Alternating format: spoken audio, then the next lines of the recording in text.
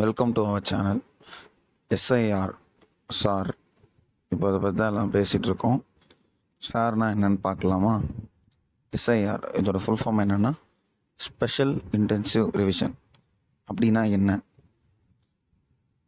ஒரு electoral role, அதாவது voter லிஸ்ட்டோட ஒரு க்ளீனப்பு, அப்டேட் பண்ணுறது, வெரிஃபை பண்ணுறது, கரெக்ஷன் பண்ணுறது, இது இந்தியா ஃபுல்லாக நடக்கும்.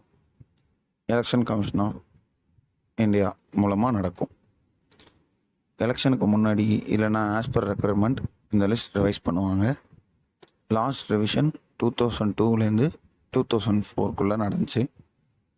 இப்போ அது 20 years ஆகுது இல்லையா? அதனால் இப்போ இந்த எலெக்ஷனுக்கு, அடுத்த எலெக்ஷனுக்கு முன்னாடி பண்ணணும் அப்படின்னு சொல்கிறாங்க. இப்போது ஓட்டருக்கும் எலெக்டருக்கும் வித்தியாசம் தெரிஞ்சுக்கணும். இதில் எலெக்டர் அப்படின்னா ஓட்டு போட தகுதி இருக்க எல்லாருமே எலெக்டர் தான். ஆனால் ஓட்டு போடுறவங்க தான் ஓட்டர். இப்போ ஏன் நமக்கு எஸ்ஐஆர் தேவை? எஸ்ஐஆர்ன்றது இந்த எலக்டோரல் ரோலோட க்ளீனப் அப்படின்னு பார்த்தோம். இன்க்ளூடும் பண்ணுவாங்க, எல்லாமே பார்த்தோம். இப்போ எல்லோரும் எஜுகேஷனுக்காக, வேலைக்காக ஃப்ரீக்வெண்ட்டாக மைக்ரேட் ஆகிறோம். அந்த மாதிரி மைக்ரேஷன்னால் 2 இடத்துல ரிஜிஸ்டர் பண்ணுறாங்க டூப்ளிகேட் நேம்ஸோட. அப்புறம் இறந்த நேமை எடுக்கிறதுக்கு 18 வயசானவங்களை ஆட் பண்ணுறதுக்கு தான் இந்த எஸ்ஐஆர் தேவை. ஃபஸ்ட்டு யார் ஓட் பண்ணலாம் அப்படின்னு தெரிஞ்சுக்கணும். இந்தியன் கான்ஸ்டியூஷன் படி ஆர்டிகல் 326 சிட்டிசன் ஆஃப் இந்தியா 18 வயசு ஆனவங்க, அப்புறம் அந்த தொகுதியோட வசிக்கிற மக்கள், கிரிமினல் அஃபேர், இல்லீகல் ப்ராக்டிஸ் இல்லாதவங்க ஓட்டு போடலாம் அப்படின்னு சொல்லியிருக்கு. இதோட கீ ஃபங்க்ஷனேஸ் என்ன? யாரெல்லாம் இந்த ப்ராசஸில் மெயின் ரோல் ப்ளே பண்ணுறாங்க? 3 பேர் இம்பார்ட்டண்ட்டாக ப்ளே பண்ணுறாங்க. ERO, AERO, BLO. இஆர்ஓனா எலக்டோரல் ரெஜிஸ்ட்ரேஷன் ஆஃபீஸர், ஏஇஆர்ஓனா அசிஸ்டண்ட் எலக்டோரல் ரெஜிஸ்ட்ரேஷன் ஆஃபீஸர், பிஎல்ஓனா பூத் லெவல் ஆஃபீஸர். இதில் நம்மளை காண்டாக்ட் பண்ணுறவங்க பூத் லெவல் ஆஃபீஸர் தான். அவங்களுக்கு ஒரு போலிங் ஸ்டேஷன், அதில் அப்ராக்சிமேட்லி மோர் தென் 1000 எலக்டர்ஸ் இருப்பாங்க. 1000 எலக்டர்ஸ்னால் யார்? ஓட்டு போட எலிஜிபிள் இருக்கவங்க.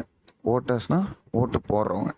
ஸோ ஒரு போலிங் ஸ்டேஷனில் 1000 எலக்டர்ஸ் போல் இருப்பாங்க. இதில் இந்த பூத் லெவல் ஆஃபீஸர் அட்லீஸ்ட் நம்ம வீட்டுக்கு 3 டைம்ஸ்னாச்சும் வருவாங்க. இந்த ப்ராசஸ் பற்றி கீழே தெரிஞ்சுக்கலாம், ஏன் வீட்டுக்கு வராங்க, என்ன ஏதுன்னு. ஏன்னா நம்மளை காண்டாக்ட் பண்ணுறவங்க பூத் லெவல் ஆஃபீஸர்ஸ் தான். ஸோ இந்த எஸ்ஐஆரில் 3 ப்ராசஸ் இருக்குது.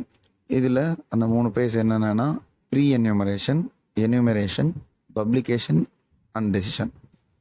இந்த ஃபஸ்ட்டு பேஸ் ப்ரீ என்யூமரேஷனில் அது ஒரு ப்ரிப்பரேஷன் பேஸ். இந்த இஆர்ஓ, ஏஆர்ஓ, பிஎல்ஓ இவங்களுக்கெல்லாம் ட்ரைனிங் கொடுத்து லாஸ்ட் எஸ்ஐஆர் டேட்டா, அதாவது 2002 to 2004 இருந்த டேட்டாவோட இப்போ இருக்கிற டேட்டாவை கம்பேர் பண்ணி மேனுவல் அண்ட் கம்ப்யூட்டர் மூலியமாக மேட்ச் பண்ண பார்ப்பாங்க. அடுத்து பேஸ் 2 எனுமரேஷன். இது ஃபார்ம் கலெக்ஷன் தான். அதாவது எனுமரேஷன் ஃபார்ம் கொடுப்பாங்க, அது பின்னாடி அட்டாச் பண்ணியிருக்கேன், நீங்கள் பாருங்கள். பூத் லெவல் ஆஃபீஸர் தான் டிஸ்ட்ரிபியூட் பண்ணுவாங்க. அது ஒரு பிரிண்டட் யூனிக் எனுமரேஷன் ஃபார்ம். அதை பூத் லெவல் ஆஃபீஸரோட ஹெல்ப்பால் ஃபில் பண்ணி திருப்பி அவங்க கலெக்ட் பண்ணிப்பாங்க. அது மூலயமா பர்மனெண்ட்டாக ஷிஃப்ட் ஆனவங்க, இறந்தவங்க, அப்புறம் டூப்ளிகேட் ஓட்டர்ஸ் இதெல்லாம் ஐடென்டிஃபை பண்ணுவாங்க. இந்த பேஸில் வெறும் அந்த எனுமரேஷன் ஃபார்ம் மட்டும்தான் கலெக்ட் பண்ணிப்பாங்க, வேறு எந்த டாக்குமெண்ட்டும் வாங்க மாட்டாங்க.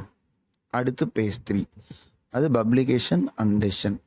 இதில் எனுமரேஷன் ஃபார்ம் ரிசீவ் ஆன எல்லார் நேமும் அந்த டிராஃப்ட் ரோலில் பப்ளிஷ் பண்ணியிருப்பாங்க. உங்கள் நேம் லாஸ்ட் எஸ்ஐஆரில் மேட்ச் ஆகலைன்னா இஆர்ஓவோ ஏஇஆர்ஓ மூலியமோ ஒரு நோட்டீஸ் அனுப்பி உங்கள்கிட்ட ப்ரூஃப் கேட்பாங்க. அந்த ப்ரூஃப் மூலிமா எலக்டோரல் ரோலில் லிஸ்ட் விடுவாங்க. அடுத்து கிளைம்ஸ் அண்ட் அப்ஜெக்ஷன். இதில் ஏதோ ஒரு மிஸ்டேக் இருக்குது, ஏதோ ஒன்று ஆட் பண்ணணும் இல்லை ரிமூவ் பண்ணணும் அப்படின்னா இஆர்ஓ, ஏஆர்ஓக்கு தெரியப்படுத்தணும். அவங்க டிசைட் பண்ணுவாங்க. அப்படி அந்த டிசிஷன் சாட்டிஸ்ஃபைடாக இல்லைன்னா ஃபஸ்ட் அப்பீல் டிஸ்ட்ரிக்ட் மேஜிஸ்ட்ரேட்டையும், செகண்ட் அப்பீல் செகண்ட் அப்பீலில் போனால் அந்த டிஸ்ட்ரிக்ட் மேஜிஸ்ட்ரேட்டையும் சாட்டிஸ்ஃபை ஆகலை அப்படிங்கிற பட்சத்தில் சீஃப் எலக்டோரல் ஆஃபீஸர்கிட்ட இதை கொண்டு போகலாம். ஏன் எஸ்ஐஆர் இம்பார்ட்டன்ட் அப்படின்னா, ஒரு ஓட்டுரிமை இருக்கிற ஒரு ஆள் ஓட்டு போடாமல் விடுறதும், ஒரு தப்பான ஆள் ப்ராக்ஸி பண்ணுறது, இல்லை டூப்ளிகேட் நேமில் ஓட்டு போடுறது, இதை தவிர்க்கிறதுக்கு தான் எஸ்ஐஆர் தேவை. இது எஸ்ஐஆர் பற்றி. இப்போ தமிழ்நாட்டில் ரூலிங் பார்ட்டி டிஎம்கே ஏன் எஸ்ஐஆரை அப்போஸ் பண்ணுறாங்க அப்படின்னா, லாஸ்ட்டாக பீகாரில் எஸ்ஐஆர் நடந்துச்சு. இதில் 60 லட்சம் பேர்கிட்ட எஸ்ஐஆர் மூலியமாக அவங்க எலக்டோரல் உள்ளவங்க நேம் தூக்கப்பட்டாங்க.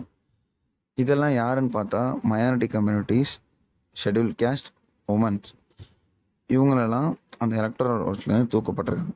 இந்த மாதிரி தமிழ்நாட்டில் நடக்கக்கூடாது அப்படின்றதுக்காக தான் எஸ்ஐஆர் வேணாம் அப்படின்னு தமிழ்நாடோட ரூலிங் பார்ட்டியான டிஎம்கே சொல்கிறாங்க. நீங்கள் எஸ்ஐஆர் வேணும்னு சொல்கிறீங்களா, இல்லை ஏன் வேணும்னு சொல்கிறீங்க, இதை வேணான்னு சொல்கிறீங்களா, ஏன் வேணாம் அப்படின்றத கமெண்ட் பண்ணுங்கள். இந்த ப்ராசஸை பற்றி இன்னும் நிறைய சர்ச் பண்ணி படிங்க.